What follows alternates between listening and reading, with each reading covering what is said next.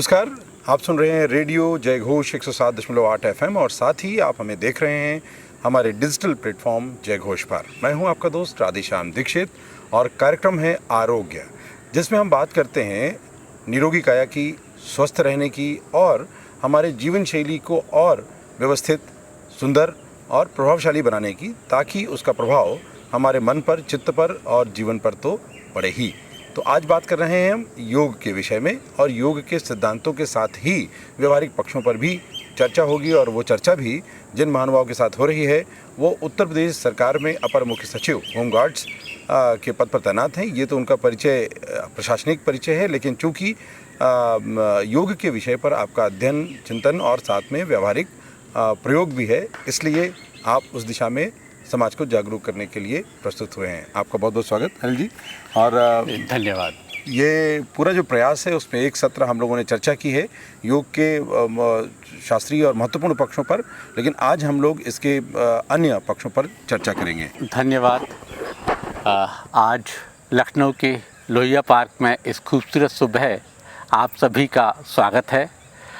पिछली परिचर्चा में हमने योग को जीवन शैली के रूप में देखा था और हमने योग को वर्तमान के हर क्षण में जागरूक रहते हुए, दुखों में उद्विग्न न होना और सुखों में लिपट करके उसमें आसक्त न होना, समभाव से, जैसे गीता में कहा गया है समत्वम योग उच्यते, इस समभाव के साथ में जीने की शैली के रूप में, और योगः कर्मसु कौशलम, इसी भाव के साथ में अपने सारे कर्मों के करने की प्रवीणता, इस जीवन शैली के रूप में हमने समझने का प्रयास किया था। आज हम योग को बिल्कुल तकनीकी रूप से और जिस तरीके से पूरे विश्व में आज यह प्रचलित है और पूरे मानव के लिए कल्याणकारी सिद्ध हो रहा है, उस रूप में इसको देखने का और समझने का प्रयास करेंगे। ये बहुत महत्वपूर्ण बात आपने कही है और सबके हिस्से में जो भी ज्ञान, विज्ञान और परंपराएं आती हैं वो सबको अभिव्यक्त करने, अनुभूत करने और साथ में उसकी अनुभव यात्रा से जो कुछ प्राप्त हुआ है उसको बांटने का अधिकार भी है और आवश्यकता भी है, ताकि हमारा समाज और उदात्त और बेहतर और लोग स्वस्थ हो सकें। और इस दिशा में ये हमारा प्रयास रेडियो जय घोष पर आप सब जुड़ रहे हैं, सुन रहे हैं। इसे और विस्तारित करेंगे, ऐसी भावना के साथ इस क्रम को आगे बढ़ाते हैं। और अब सबसे पहले बात जो आज हम चर्चा करने वाले हैं उसमें योग को आमजन जैसे समझते हैं, कुछ सबकी जाके रही भावना जैसी प्रभु मुहूर्त देखी तिन तैसी, तो सबके अपने अपने तरीके से उसके विश्लेषण, व्याख्या और अपने जीवन में उसको उतारते हैं। वास्तव में योग की दृष्टि क्या होनी चाहिए योग को देखने, समझने और अपने जीवन में उसको उतारने की? योग जैसा अब हमारे विश्व में आज प्रचलित है, मूल रूप से सबसे पहला इसकी व्याख्या, इसके सिद्धांतों का कोडिफिकेशन महर्षि पतंजलि ने अपने योग सूत्रों में किया, जिसे हम योग दर्शन के नाम से भी जानते हैं। यह योग दर्शन भारत के प्रमुख षड दर्शन जो भारतीय संस्कृति के हैं उनमें से एक मुख्य दर्शन है।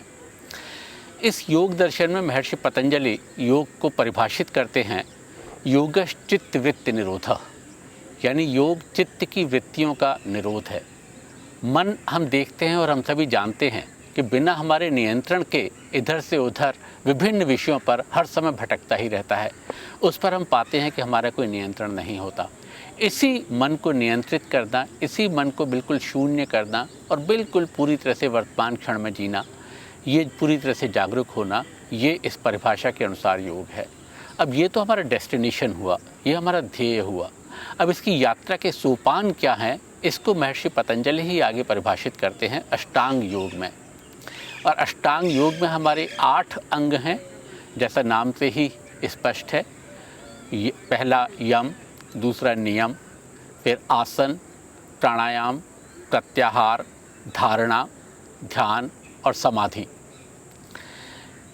यम और नियम पर हम पृथक से चर्चा करेंगे, चूँकि आज मुख्य रूप से हम इसके व्यावहारिक पक्ष पर चर्चा करने वाले हैं, तो हम इसे आसनों से प्रारंभ करेंगे। आसन व्यावहारिक पक्ष में जिस तरीके से विश्व में प्रचलित है, सबसे अधिक प्रचलित, सबसे अधिक कॉमन और सबसे ज़्यादा लोकप्रिय पूरे 8 अंगों में से आसन पूरे विश्व में है। जब हम आसन पर आते हैं तो आसन हमारे शरीर को स्वस्थ रखने के लिए, पूरी तरह से निरोग रखने के लिए बहुत लाभकारी सिद्ध हुए हैं अपने शरीर को ही नहीं बल्कि मन को भी। पर इसमें एक पहला प्रश्न ये आता है कि आसन या फिजिकल एक्सरसाइज में से हम क्या करें। जब भी दोनों में अंतर क्या हो, दोनों में अंतर क्या है, अंतर क्या के साथ साथ हम क्या करें, क्या करना चाहिए, क्या ज़्यादा बेहतर है। मेरे देखे ये दोनों चीज़ें पूरक हैं, इसमें मैं बेहतर कि उसमें नहीं जाता और दोनों की अपनी अपनी उपयोगिता है। मैं अपने पूरे रूटीन में मेरे में रनिंग भी शामिल है, वॉकिंग भी शामिल है, साइकिलिंग, स्विमिंग और उसके साथ ही आसन और प्राणायाम और ध्यान, ये सारी चीज़ें बिल्कुल समाविष्ट हैं। जिम भी शामिल है और सारे के अपने अपने उपयोग हैं। जहाँ पर हमारे रनिंग का एजिलिटी आती है, वहाँ से स्टेमिना उससे बनता है, पसीना उससे निकलता है जो हमारे शरीर के बहुत सारे उनको बाहर निकालता है जितने भी मल होते हैं। वहीं पर ही जिम में जब हम अपना स्ट्रेंथ पर वर्क करते हैं और उससे शारीरिक सौष्ठव प्राप्त होता है, देखने में शरीर सुंदर बनता है। इसकी भी अपनी उपयोगिता है, इसका अपना महत्व है और इसका भी अपना एक आनंद है। पर उसके साथ ही साथ जब हम अब आसन पर आते हैं तो आसन जैसा कि परिभाषा से ही आता है कि आसन तो चित्तवृत्ति निरोध की यात्रा का एक हिस्सा है।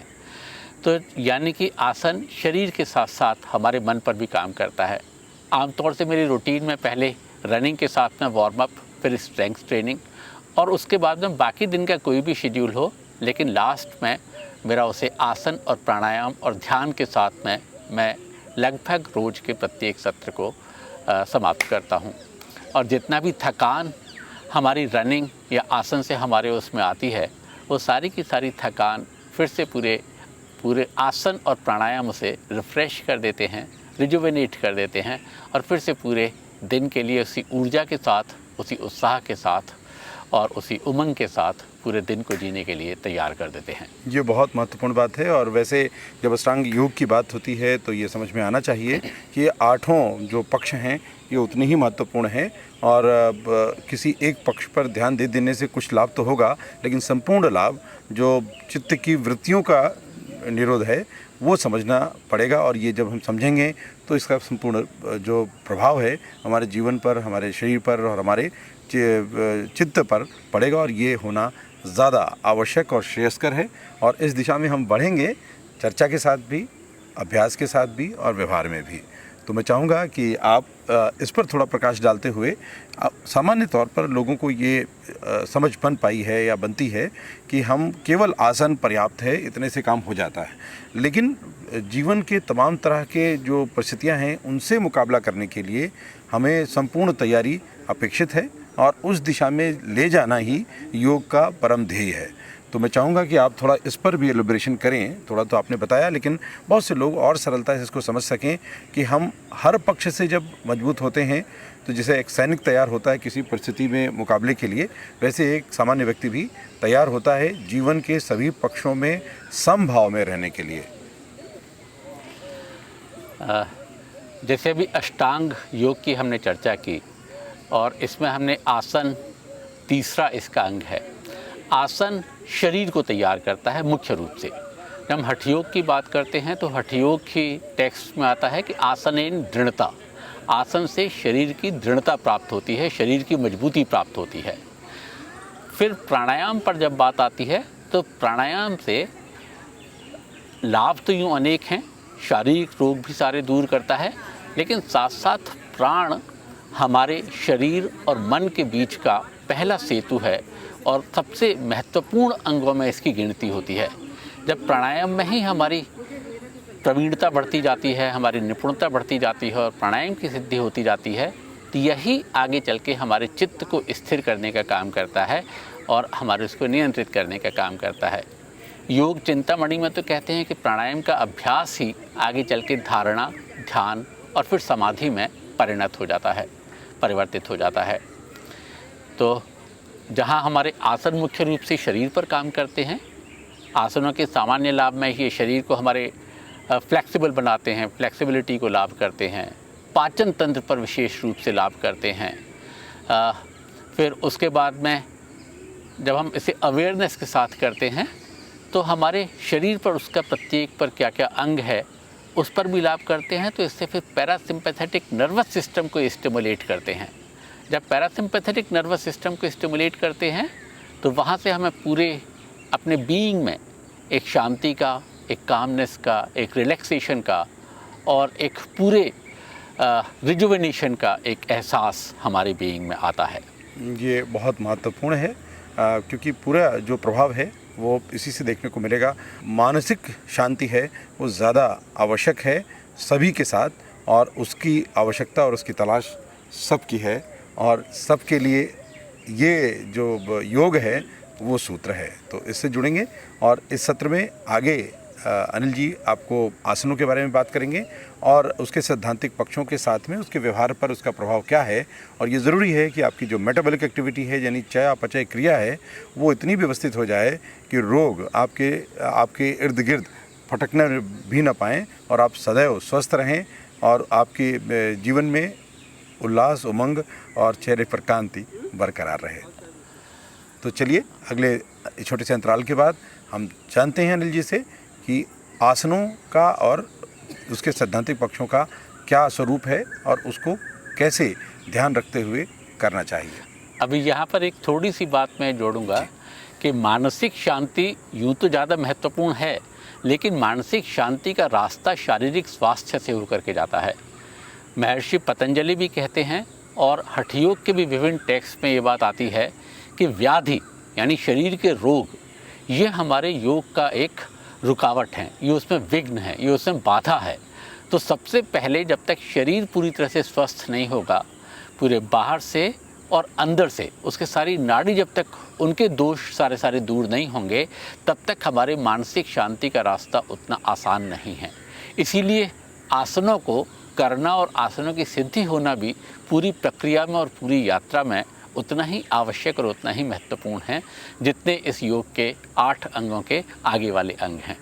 आज का सत्र मुख्य रूप से आसनों पर ही हमारा आगे का होगा, जहाँ पर हम इसके प्रायोगिक आसन जो एक सामान्य व्यक्ति अपने जीवन में रोज़ की दिनचर्या में शामिल करके अपने शरीर को स्वस्थ रखने में काफ़ी लाभकारी हैं, उन पर हम चर्चा करेंगे। बहुत सुंदर। और जब हम रेडियो पे सुनते हैं तो आसनों को दिखाना दुष्कर है, लेकिन उसके जो विवरण हैं उससे आप स्वयं प्रस्तुत हो सकते हैं, अपने आप अभ्यास कर सकते हैं और थोड़ा ध्यान देकर सुनेंगे तो आपको लाभ भी होगा। और साथ में अगर आपका कोई संशय शेष रहता है तो आप हमारा जो वीडियो प्लेटफॉर्म है, डिजिटल प्लेटफॉर्म यूट्यूब पर, उस पर आप रेडियो जयघोष को आप सब्सक्राइब करके वहाँ पर भी इस वीडियो को दोबारा भी देखकर लाभ प्राप्त कर सकते हैं। तो चलिए छोटा सा लेते हैं अंतराल और उसके बाद फिर लौटते हैं और अनिल जी से आसनों पर यह यात्रा आगे बढ़ती है।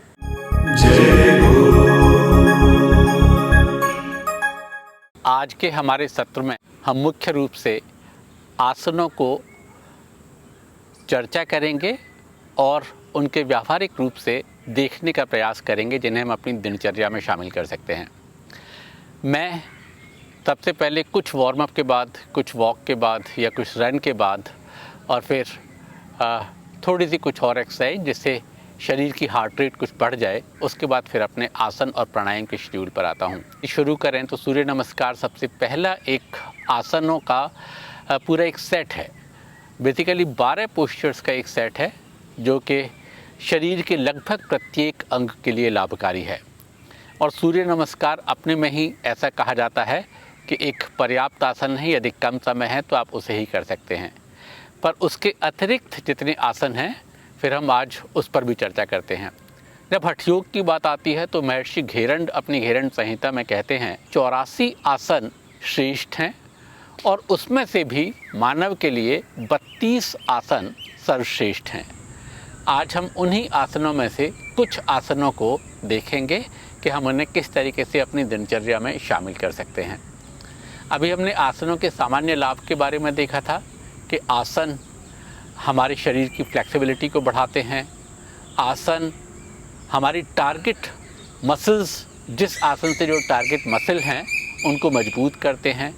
हमारे पाचन तंत्र को विशेष लाभ पहुंचाते हैं और साथ ही साथ हमारे पैरासिम्पैथेटिक नर्वस सिस्टम को भी लाभकारी हैं, जिससे कि हमें शांति और रिलैक्सेशन का अनुभव होता है।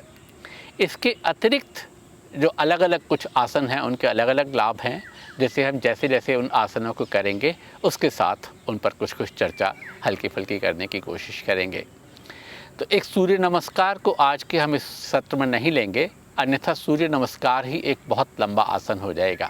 उसके बाद हम बाकी जितना एक आसनों का सेट, वो भी अपने आप में एक पूर्ण सेट बनेगा, तो हम वहाँ से उसे लेते हैं। सबसे पहले हम बैठ जाएंगे वज्रासन। वज्रासन में बैठने के लिए अपने पैरों को घुटने से मोड़ करके स्पाइन को बिल्कुल सीधे रखते हुए, बिल्कुल गर्दन और सिर और पूरी स्पाइन एक सीध में, और घुटनों से मोड़ करके पूरे पैरों की पिंडलियों पर बैठ करके बीच में आपके जो पैरों की एड़ियों के बीच में अपने को स्थिर करके, ये पोस्चर हमारी वज्रासन की हुई। अब इसके बाद में अपने हाथों को मुट्ठियाँ बनाएंगे और मुट्ठियाँ बना करके दोनों हाथों को नाभि के नीचे रखेंगे। नाभि के नीचे रख के फिर एक बार लंबी गहरी सांस इनहेल और फिर एक्सहेल करते हुए इसको आगे जाएंगे।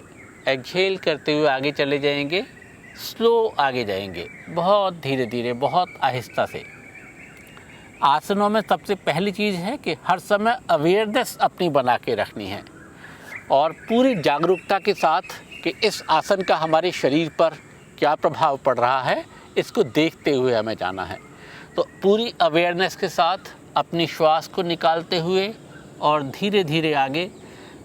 दूसरी बात है, जितना सहजता से हो सके उतना ही करेंगे। यदि आपसे यहीं तक ही आ पाता है तो बिल्कुल अच्छा है। अगर आप यहाँ तक भी आ रहे हैं तो उसका ही लाभ आपको मिलेगा। बस उस सहजता से थोड़ा सा ज़्यादा करना है, थोड़ा सा ज़्यादा करना है, वो आपको पूरा लाभ देगा। इसका ये अर्थ नहीं है यदि किसी दूसरे का पूरा इस तरीके से हो जाता है या अंतिम पोस्चर यहाँ तक है तो यही आसन है, ऐसा नहीं है। आपसे उस पोस्चर की उस यात्रा में जितना भी है उतना ही पर्याप्त है और उसी को धीरे धीरे सहज अभ्यास के साथ में बढ़ते बढ़ते वो अंतिम पोस्चर तक पहुंचना है। तो 2-3 चीज़ें यहाँ पर हमने देखी, आसनों की 3 चीज़ें मुख्य रूप से, कि सबसे पहले अवेयरनेस के साथ करना है सारे आसनों को, नंबर 1। नंबर 2, सहजता के साथ और प्रयत्न की शिथिलता के साथ। यहाँ फिर से महर्षि पतंजलि का सूत्र आता है, प्रयत्न शैथिल्य अनंत समापत्तिभ्याम, यानी प्रयत्न की शिथिलता से और अनंत में ध्यान लगाते हुए आसन की सिद्धि होती है। तो प्रयत्न की शिथिलता के साथ, यानी हठपूर्वक और बहुत जोर लगा के और बहुत झटके से आसन नहीं करने हैं। और तीसरा, पूरे धैर्य के साथ, पूरे पेशेंस के साथ। एक और बात कि जब भी कभी बॉडी में ऐसा लगे कि कुछ ज़्यादा पेन हो रहा है तो उसको ध्यान देना है। जब अवेयरनेस होगी तो हम उसे ध्यान देंगे और वहाँ पर रुक जाना है और उसको अनावश्यक हठपूर्वक और आगे नहीं बढ़ाना है।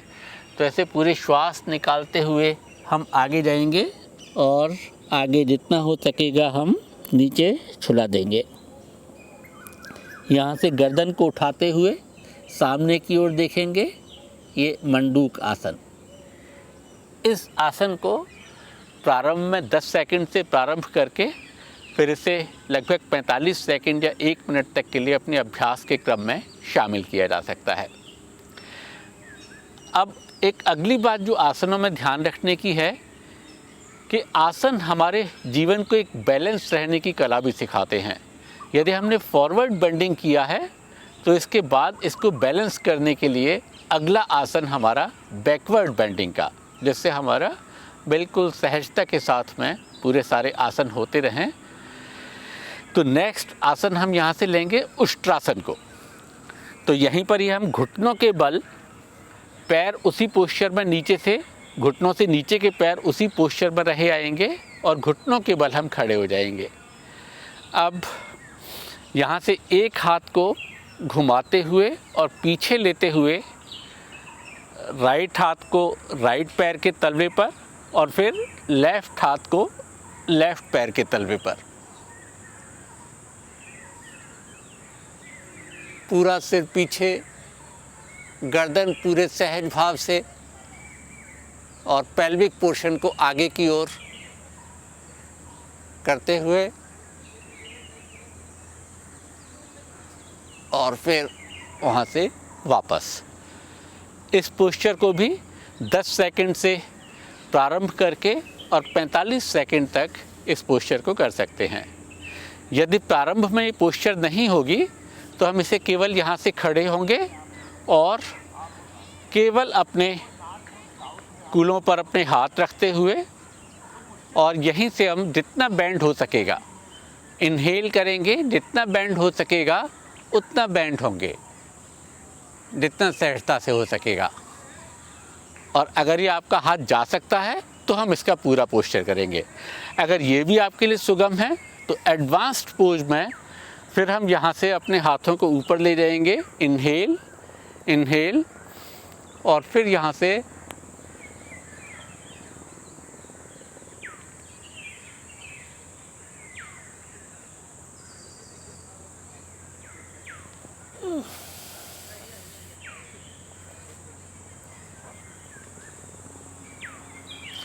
और यहाँ से फिर से वापस आ जाएंगे। पर ये सारे आसन आप यात्रा के किस चरण में हैं, किस स्थिति में हैं, ये उस पर निर्भर करता है। तो ध्यान रखने की बात केवल यही है कि प्रयत्न की शिथिलता के साथ और जितना सहजता से हो रहा है अपने अभ्यास में केवल उससे थोड़ा सा ज़्यादा करना है बस। हमने फॉरवर्ड बेंडिंग का पहले किया था मंडूक आसन, दूसरा हमने उसका रिवर्स कर लिया उष्ट्रासन। अब हम यहाँ से अपने दोनों पैरों को अपने आगे सीधा खोल लेंगे, स्पाइन सीधी, यह है हमारा दंडासन। और फिर से हाथों को बिल्कुल सिर के ऊपर, दोनों हाथों को इनहेल करते हुए और फिर राइट पैर को यहाँ से हम घुटने से मोड़ करके बाएं पैर की जंघा से लगाएंगे। जानुशिरासन, यानी जंघा से घुटने से मोड़ करके जंघा से लगाया और फिर यहाँ से हमने इसे हाथों को ऊपर किया और इनहेल करके फिर अब एक्सहेल करेंगे, एक्सहेल एक्सहेल, और सिर को आगे झुकाएंगे और कमर को बिल्कुल सीधे रखते हुए जितना नीचे जाएगा उतना, और हम इसे आगे जितना होता जाएगा उतना करेंगे। पर फिर से अपना इसमें ध्यान रखते हुए जहाँ तक सहजता से जा सकें वहाँ तक जाना है और धीरे धीरे क्रमशः अभ्यास से बढ़ाते हुए आगे आ जाएंगे।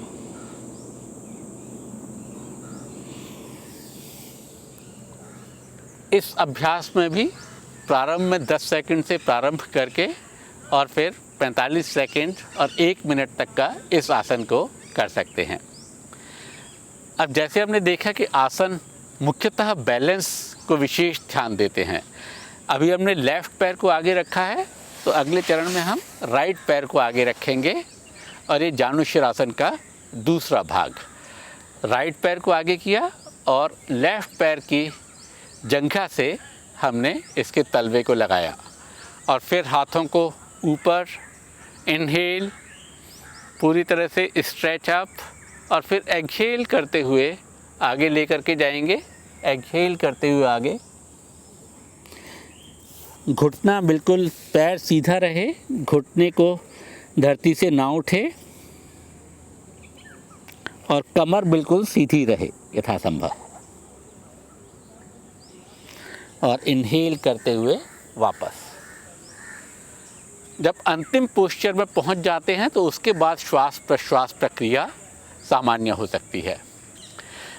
अब ये हमने अभ्यास कर लिया अपने मुख्य आसन पश्चिमोत्तानासन की तैयारी के लिए। अब अपने दोनों पैरों को आगे ले लेंगे और दोनों पैरों को आगे लेने के बाद फिर से वही प्रक्रिया, हाथ ऊपर, स्ट्रेच अप, इनहेल और फिर एक्सहेल करते हुए धीरे धीरे आगे जाएंगे। बिल्कुल धीरे धीरे आगे जाएंगे, कमर को सीधा रखेंगे, सिर को नीचे नहीं करना है, तभी कमर हमारी ज़्यादा सीधे रहेगी। और यहाँ पर मुख्य हमारा अभ्यास है कि हमारी यहाँ से बेंडिंग हमारी कमर से होनी है, न कि ऐसे करके ऐसे हम सिर को करेंगे तो ऐसे हो जाएगी, तो उससे हमारे कमर की बेंडिंग का पूरा लाभ नहीं मिलेगा। तो बिल्कुल कमर सीधे रखते हुए और हाथों से इसको पकड़ते हुए और एक्सहेल करते हुए आगे, and come up, and come up. और फिर से ध्यान रखने की बात यह है कि यदि अभी आपसे हाथ से अपने टोज नहीं पकड़े जा रहे हैं तो बिल्कुल कोई चिंता की बात नहीं है। अगर आप उससे थोड़ा सा भी बढ़ जाते हैं, 1 सेंटीमीटर भी अगर आपके हाथ आगे चले गए जितने कल जा पा रहे थे, तो यही आसन आपको उतनी ही यात्रा आपको पूरा लाभ देगी और आपके शरीर की फ्लेक्सिबिलिटी बढ़ेगी और आपको अपने शरीर में ज़्यादा लाइटनेस का अनुभव होगा, ये बिल्कुल निश्चित है। तो जिस यात्रा में, जिस स्थिति पर भी आप हैं, जहाँ से भी आप शुरू कर रहे हैं, वहाँ से थोड़ा सा ही अधिक प्रयास, यही आपकी यात्रा में आनंद भरेगा। ये हमारा हुआ पश्चिमोत्तानासन। अब पश्चिमोत्तानासन के बाद में एक अगला जो आसन जिसको हम लेंगे और जो हमारे अक्सर थोड़े परेशानी का भी कारण बनता है, जितना हमारे जंघाओं में दर्द होता है और ये सब होता है, तो अपने पैरों को जितना फैला सकें उतना अपने पैरों को फैला लेंगे और बिल्कुल यहाँ से रिलैक्स करके, अगर थोड़ा सा दर्द हो रहा है, जितना सहजता से आया उतना, अब फिर सहजता से थोड़ा सा ज़्यादा, तभी उसका लाभ होगा और तभी वो प्रैक्टिस आपकी बढ़ते बढ़ते और खुलेगा। तो एक हाथ आगे रख के और पीछे रख के और थोड़ा सा और फैला लेंगे। फिर अब यहाँ पर थोड़ी सी देर जब श्वास प्रश्वास लेंगे तो आप पाएंगे कि अभी हो सकता है कि जैसे यहाँ पर दर्द हो रहा हो, पर थोड़ी देर में वो दर्द आपका अभ्यास में आ जाएगा। ज़रूरत से ज़्यादा दर्द ना हो, ये ध्यान रखना है। वो अभ्यास में आ जाएगा और आप बिल्कुल समभाव में आ जाएंगे। तो फिर एक बार प्रयास करके दोनों हाथों को आगे लेके ऊपर करके और हम और इसको नीचे हो जाएंगे, तो ये और खुलेगा। फिर जब आप इतना कर सकते हैं सहज भाव से, आप में से जो भी आसनों के नियमित अभ्यास में हैं वो इसे आगे कर सकते हैं। यहाँ से इसको आगे झुकेंगे, आगे झुकेंगे और बिल्कुल कमर को सीधे रखते हुए, कमर को फोल्ड नहीं करना है, कमर को ऐसे नहीं करना है, कमर को बिल्कुल सीधे रखते हुए ऐसे करके जाना है, कमर को सीधे रखते हुए जाना है और बिल्कुल पूरे चेस्ट और पूरे पेट और पूरे इसको धरती से करते हुए फिर हाथों को आगे लेते हुए स्ट्रेच अप, भू नमन आसन। ये आसन है हमारा भू नमन आसन। और फिर सहजता के साथ में उसी तरीके से वापस। अभी हमने जानुशिरासन किया, फिर पश्चिमोत्तानासन किया और फिर हमने भूनमन आसन किया। इस भूनमन आसन में जितना हमारे थाइज को स्ट्रेच आया, ये लॉन्ग टर्म में जितना लाभ होगा, लेकिन साथ ही शॉर्ट टर्म में उसको न्यूट्रलाइज करने के लिए, बैलेंस करने के लिए अपने दोनों तलवों को मिला लेंगे, पैरों को घुटनों से मोड़ लेंगे, दोनों तलवों को मिला लेंगे, बद्ध कोणासन, और या इसको तितली आसन के नाम से भी जानते हैं। फिर इसको आहिस्ता आहिस्ता दोनों पंजों को दोनों हाथों से पकड़ के अपने दोनों पैरों को हिलाएंगे, तितली आसन। तो इससे जितना भी स्ट्रेच अभी तक थाइज में आया था, स्ट्रेच हमारा नॉर्मलाइज हो जाएगा। अभी ये आसन थे हमारे फॉरवर्ड बेंडिंग के। अब चूंकि आसन हमारे बैलेंस में रखने का विशेष ध्यान रखते हैं, तो अब इसको न्यूट्रलाइज करने के लिए हम यहाँ से विपरीत यानी बैकवर्ड बेंडिंग आसन पर जाएंगे। और बैकवर्ड बेंडिंग आसन में यहाँ से हम लेंगे भुजंग आसन को। अब यहाँ पर पेट के बल लेट जाएंगे,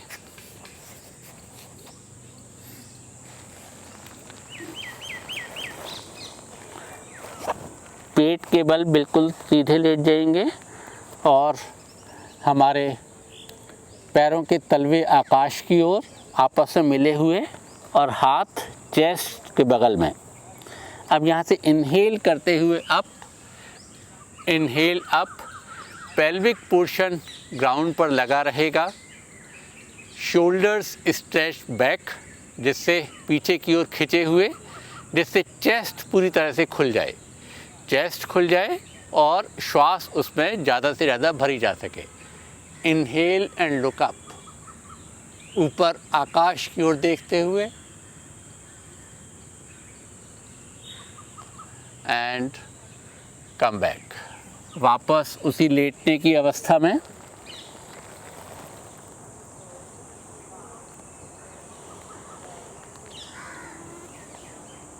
एक बार और उसी आसन को दोहराएंगे। Inhale, up up, pelvic portion touch रहे और कंधे पीछे की ओर खिंचे हुए और चेस्ट पूरी तरह से बाहर और पूरी उसमें श्वास भरे हुए। Look up and come back. यहीं से बैक बेंडिंग में हम एक धनुरासन भी ले सकते हैं। यहाँ से पैरों को घुटनों से मोड़ लेंगे और अपने दोनों हाथों से राइट हैंड से राइट पैर के टखने को पकड़ते हुए और लेफ़्ट हैंड से लेफ़्ट पैर के टखने को पकड़ते हुए अब यहाँ से इनहेल करेंगे और उठेंगे। पैरों को और धड़ को समान रूप से उठाना है।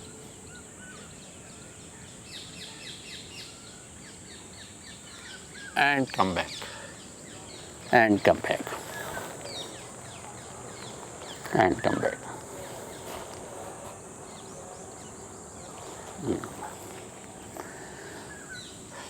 Come back, sit in vajrasana position. Vajrasana position में बैठेंगे यहाँ से। तो अभी हमारे यहाँ से फॉरवर्ड बेंडिंग हो गया और बैकवर्ड बेंडिंग हो गया। अब इसके साथ में हम पीठ के बल लेट जाएंगे।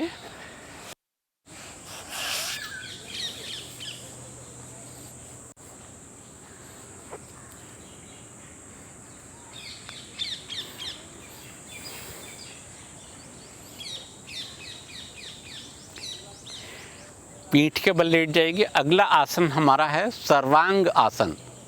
जैसा इसके नाम से स्पष्ट है, सर्वांग आसन शरीर के लगभग सारे अंगों के लिए लाभकारी है। अब यहाँ से पैरों को पहले उठाएंगे 30 डिग्री, 60 डिग्री, 90 डिग्री और फिर हल्का सा प्रयास करके कमर को उठाते हुए हाथों का सपोर्ट देकर और पैरों को बिल्कुल ऊपर। सर्वांगासन।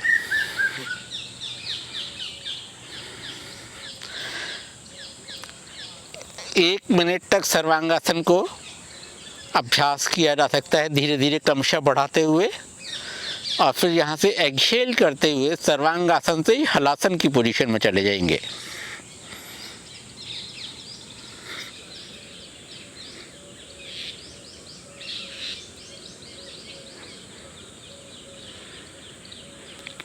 फिर वहाँ से वापस सर्वांगासन और फिर यहीं से पैरों को नीचे ड्रॉप करते हुए सेतुबंध आसन। धीरे धीरे पूरे नियंत्रण के साथ सेतुबंध आसन और फिर वापस धीरे से लेट जाएंगे।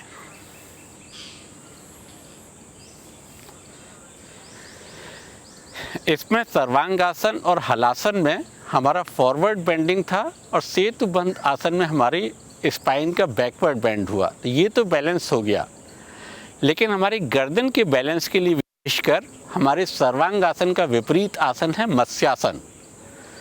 तो मत्स्यासन के लिए हम यहाँ से अपने ट्रेडिशनल जो मत्स्यासन का है हमारा पद्मासन में किया और फिर यहाँ से अपने हाथों को पीछे किया और सिर को ज़मीन पर टिकाते हुए धड़ को ऊपर उठा दिया और उसके बाद हाथों से दोनों पैरों के अंगूठों को पकड़ते हुए खींचा।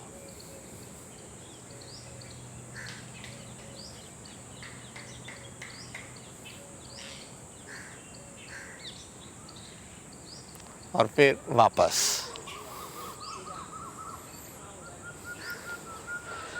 अब यहाँ से हम पुनः वापस अपने बैठने की पोस्चर में अब ये सर्वांगासन हमारा, जैसे हमने देखा था, सारे अंगों के लिए उपयोगी आसन है, तो विशेषकर ये इन्वर्शन का आसन है। इन्वर्शन के आसन में आपका ब्लड फ्लो जितना सामान्य रूप से आपके हृदय से ऊपर के हिस्से में ग्रेविटी के अगेंस्ट नहीं पहुंच पाता, तो ये आपके मस्तिष्क के लिए, आपके सिर के लिए, आपके बालों के लिए, इन सब के स्वास्थ्य के लिए अत्यंत लाभकारी आसन समझा गया है। आँखों की ज्योति के लिए भी इसमें विशेष लाभ है। फिर इसमें थायराइड ग्रंथि भी एक्टिवेट होती है, जिससे उसमें भी ये अत्यंत लाभकारी आसन है। इसके बाद मैं अपने रूटीन में शीर्षासन को भी सम्मिलित करता हूँ, पर ये शीर्षासन भी पहले सीखने के बाद, और बिल्कुल यदि आप बिगिनर हैं तो पूरी तरह से देखरेख में ही करने का है। झटके का नहीं है, जल्दबाजी का नहीं है, बहुत सहजता के साथ करने का है। पर यदि शीर्षासन नहीं भी होता तो सर्वांगासन से भी शीर्षासन के अधिकांश लाभ हमें प्राप्त हो जाते हैं। इन आसनों को अपने रूटीन में हम सहजता के साथ में प्रारंभ में 10-15 सेकंड से प्रारंभ करते हुए लगभग 45 सेकंड से 1 मिनट तक हम ले जा सकते हैं, और इतना हम शामिल कर सकते हैं। फिर से आसनों के सामान्य सिद्धांत हमारे क्या हैं कि सारे आसन करते हुए हमें बॉडी की अवेयरनेस बनाए रखनी है। पूरे प्रत्येक क्षण उस आसन को करने का, उस पोस्चर को करने का, उस पोस्चर की पूरी यात्रा का, जिस स्तर पर भी हम हैं उस यात्रा में शरीर के अंगों पर बाह्य रूप से और आंतरिक रूप से क्या प्रभाव पड़ रहा है, इस जागरूकता के साथ आसन को करना है। नंबर 2 कि हमें आसनों में कोई जल्दबाजी नहीं करनी है, कोई हठ नहीं करना है, कोई ज़बरदस्ती पूरे झटके के साथ नहीं करना है। पूरी सहजता के साथ और प्रयत्न की शिथिलता के साथ करना है। और तीसरा, जितना आराम से हो उससे थोड़ा सा ज़्यादा करना है। यात्रा में आप जहाँ पर भी हैं, अंतिम पोस्चर महत्वपूर्ण नहीं है। आप जहाँ पर हैं सहजता के साथ, उससे थोड़ा सा ज़्यादा करने में ही आपको पूरा लाभ मिल रहा है।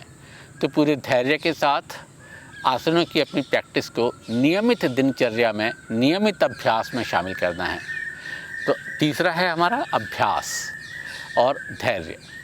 और चौथा, अपने ध्यान देने की बात है कि अपने बॉडी के पेन के प्रति हमें अवेयर रहना है। अब यहाँ से हमारे आसनों का एक पूरा मोटा रूटीन, जिसने हमारे आसनों के महत्वपूर्ण सारे अंगों को पूरा स्वस्थ बनाने में जिनका महत्वपूर्ण योगदान है, ऐसे हमने कुछ महत्वपूर्ण आसनों की चर्चा की है। पूरे आसनों की रूटीन करने के बाद एक शवासन करना भी महत्वपूर्ण है, और जिसे हम सेतुबंध आसन के बाद हम शवासन में ले सकते हैं। पीठ के बल लेट जाएंगे, अपने हाथ बिल्कुल आराम से थोड़ा सा शरीर के अंतर से हथेलियों को आसमान की ओर, आँखों को हल्के से बंद करते हुए सहजता के साथ लंबी गहरी सांस, और जब तक हार्ट बीट बिल्कुल नॉर्मल हो जाए तो इस प्रकार लेटे रहेंगे। और फिर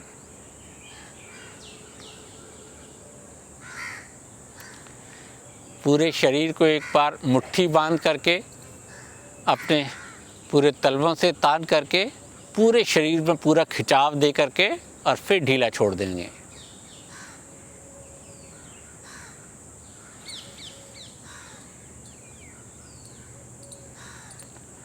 और फिर उसके बाद बाईं ओर से करवट लेते हुए धीरे धीरे उठ जाएंगे। ये हमारा आज का मुख्य आसनों का एक रूटीन समाप्त हुआ। मुझे आशा है आपके जीवन में लाभकारी सिद्ध होगा। बहुत बहुत धन्यवाद।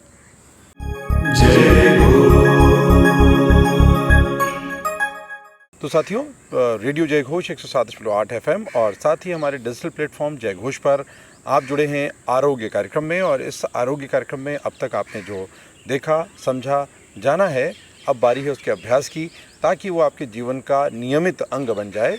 और अगर ये निरंतरता से आपने करना प्रारंभ कर दिया तो इसके परिणाम भी आपको मिलने प्रारंभ हो जाएंगे। तो अनिल जी को बहुत बहुत साधुवाद, धन्यवाद कि बहुत बहुत आपने शुक्रिया, आपने मुझे आमंत्रित किया। बहुत सरल ढंग से और बहुत जो बारीक तत्व हैं उनको समझाते हुए आपने अपनी बात रखी है और ये निश्चित रूप तौर पर आप तक पहुंची होगी। और अगर कहीं कोई अभी संशय है तो इसे आप दोबारा सुन सकते हैं हमारे डिजिटल प्लेटफॉर्म जय घोष पर। और साथ ही अगर आप नियमित कहीं भी चलते फिरते आप सुनना चाहते हैं तो आप डाउनलोड कर लें हमारा मोबाइल ऐप रेडियो स्पेस जय घोष। एंड्रॉयड पर भी और iOS पर भी, दोनों ही प्लेटफॉर्म पर उपलब्ध है। आप नियमित हमारे ऐसे कार्यक्रम जो आपके जीवन में आपके नए तरह के चिंतन और दृष्टिकोण को उत्पन्न कर सकें, जो कि आवश्यक हैं और ज़रूरी भी। तो चलिए यात्रा को आगे बढ़ाते हैं, सुनते रहिए रेडियो जय घोष। अगले अंक में फिर मिलेंगे अनिल जी के साथ और आरोग्य में योग की आगे की यात्रा बढ़ेगी। तो दीजिए अनुमति मुझे और हमारे आज के विशेषज्ञ अनिल कुमार जी को। फिर मिलते हैं इसी कार्यक्रम में एक बार फिर आगे के लिए। सुनते रहिए रेडियो जय घोष 107.8 FM। नमस्कार।